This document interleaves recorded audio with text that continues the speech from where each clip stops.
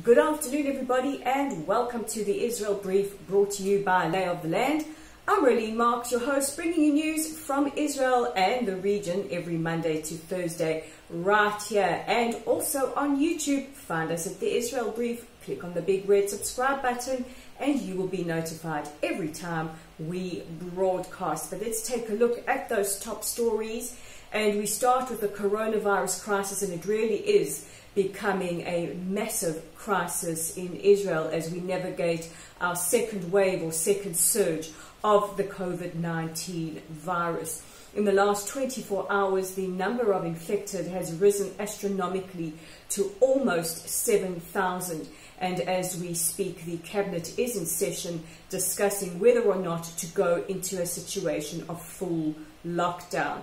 Prime Minister Netanyahu is for the full lockdown and is supported by the alternate Prime Minister Benny Gantz, who's also our Defense Minister, and Yemena Chaver Knesset Smotrich. And there have been several rabbis who also advocate for a full closure. So what will this mean? This will mean that synagogues will be fully closed. At the moment, they have been very, very limited for people coming to pray. This is the high holy days in the Jewish calendar, and closing the synagogues would be absolutely unprecedented. It would mean they will all be closed on Yom Kippur, the Day of Atonement.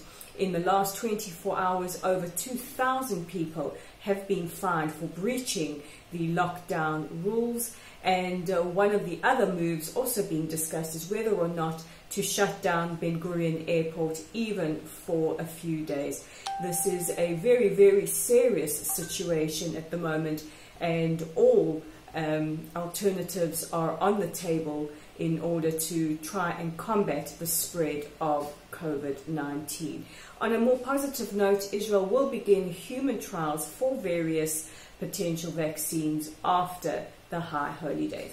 In other more positive news, we've been talking normalization, which is fast becoming the most favored topic here in Israel, and we spoke a lot about progress with the United Arab Emirates, and today it is time for Bahrain.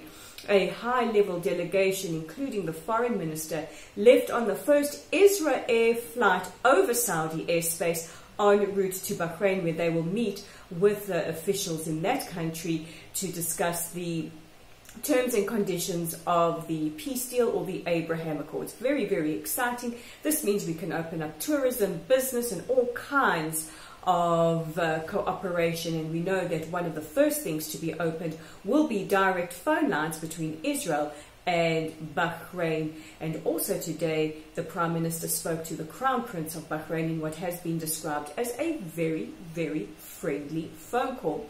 In other normalization news, this time we look to the Sudan, who have been in discussion with US officials about normalization, and on that topic, Israel has come up. And if that wasn't enough, we are all looking towards Saudi Arabia with bated breath. Will the Saudis normalize peace? Well, at the moment, they haven't formally announced that, but they have taken tentative steps, and one of those steps is also very, very welcome. It is the outreach towards both Jewish and Christian communities, and they have said that they will no longer allow anti-Semitic or anti-Israel sermons in mosques as well as textbooks. This is hugely, hugely important and is a major step to undoing decades of anti-Semitic kind of teachings. So really, progress is being made in the Middle East. We hope that this new Jewish year will herald a new dawn in the region. And a round of applause must be given to media platform Zoom. Many of us around the world have all been connecting via Zoom, whether it be for lectures or to connect with family. And Zoom took the decision last night that they will not be allowing San Francisco University as well as Leila Khaled to broadcast their webinar on their platform. That is the San Francisco State University, were scheduled to host Leila Khaled, who's an arch terrorist. In fact, she's quite famous for hijacking an airplane and threatening to blow it up using a hand grenade, and various other speakers. they were told by Zoom that they are in violation of their terms and conditions and US anti-terror laws. It is a step that we hope other media platforms will follow. So thank you to Zoom for saying there is no space for Jew hate and no space for terrorism. And San Francisco State University, you might want to reconsider who you bring aboard as speakers. Those are the top stories making headlines today, but don't forget to check out our online content on our website at www.layoftheland.online.